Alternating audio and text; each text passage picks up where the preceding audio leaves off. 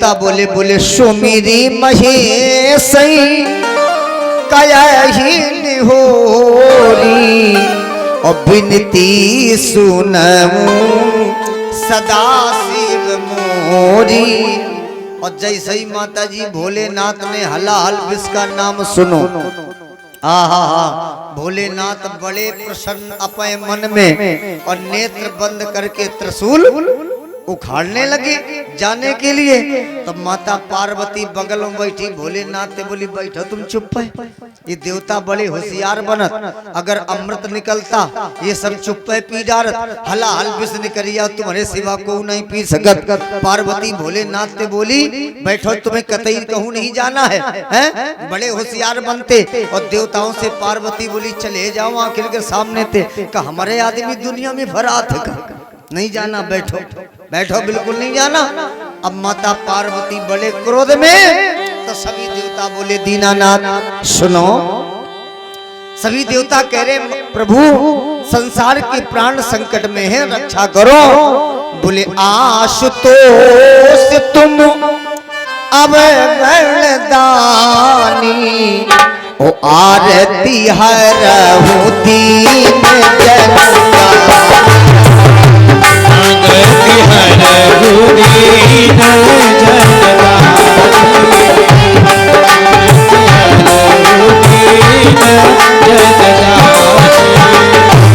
आशुतोष अब गणदानी आशुतोष अब गणदानी आरती हरहु दीन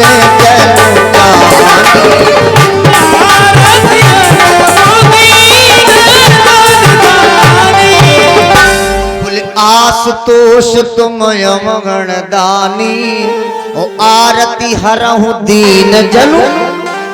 प्रभु रक्षा करो प्राण संकट में है। अब भोलेनाथ ने पार्वती घाई देखो, पार्वती बोली इधर न देखो, हमें सब पता है हलाहल अमृत निकलता, ये देवता हमें सूचना नहीं देते ना, सब चुप पे पी डाल, सब चुप पे पी डाल, हलाहल विष निकलिया तो भले सिवा को नहीं पी सकत। का हमारे आदमी दुनिया में फरात है, कतई नहीं जाइयो, बिल्कुल नहीं जाना।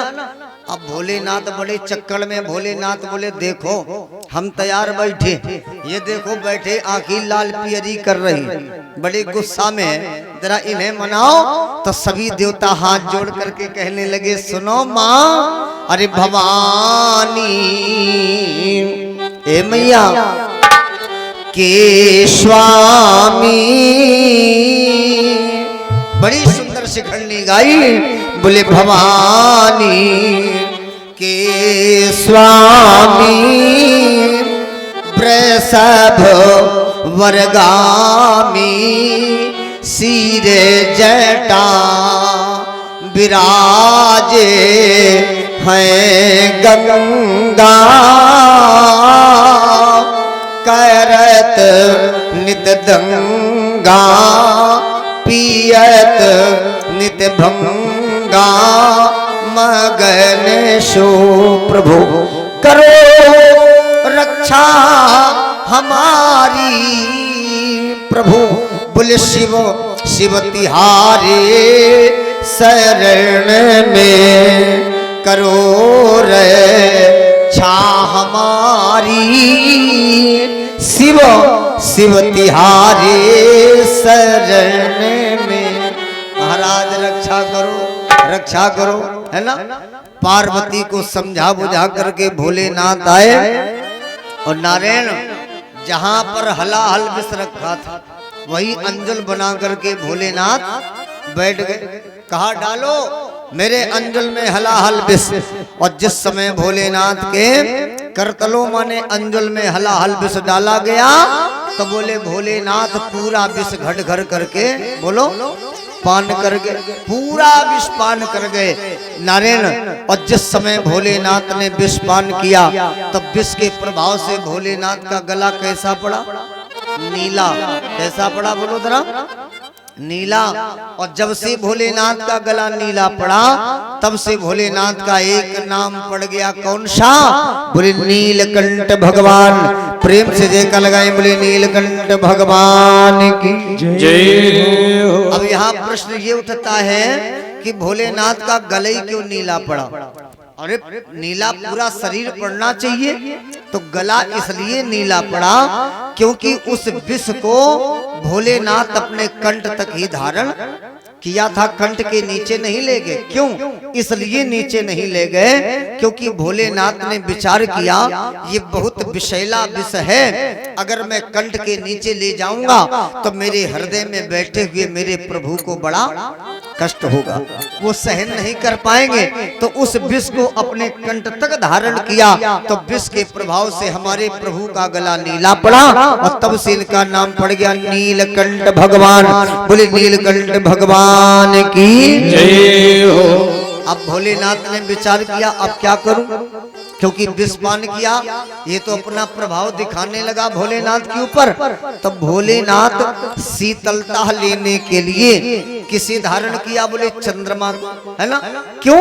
क्योंकि चंद्रमा शीतलता प्रदान करता है, और जब से हमारे प्रभु ने चंद्रमा को अपने मस्तक पर धारण किया तब से हमारे प्रभु का एक नाम और पड़ गया, एक नाम और पड़ गया। बताऊं कौन सा? तो राधे श्याम भागवत में लिखा है, बड़ी सुंदर अर्धाली लिखी है। नारायण बोले चंद्र को मात पर धारण कर, क्यों धारण किया? बोले उस विष की ज्वाला बुझाने लगी, और तब नीलकंठ के साथ साथ बोले शिव चंद्र मौल कहलाने लगे।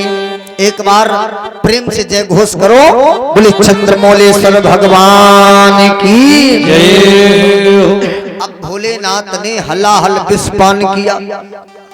भाई जब विषपान कर लिया तब भोलेनाथ ने बजाई डमरू।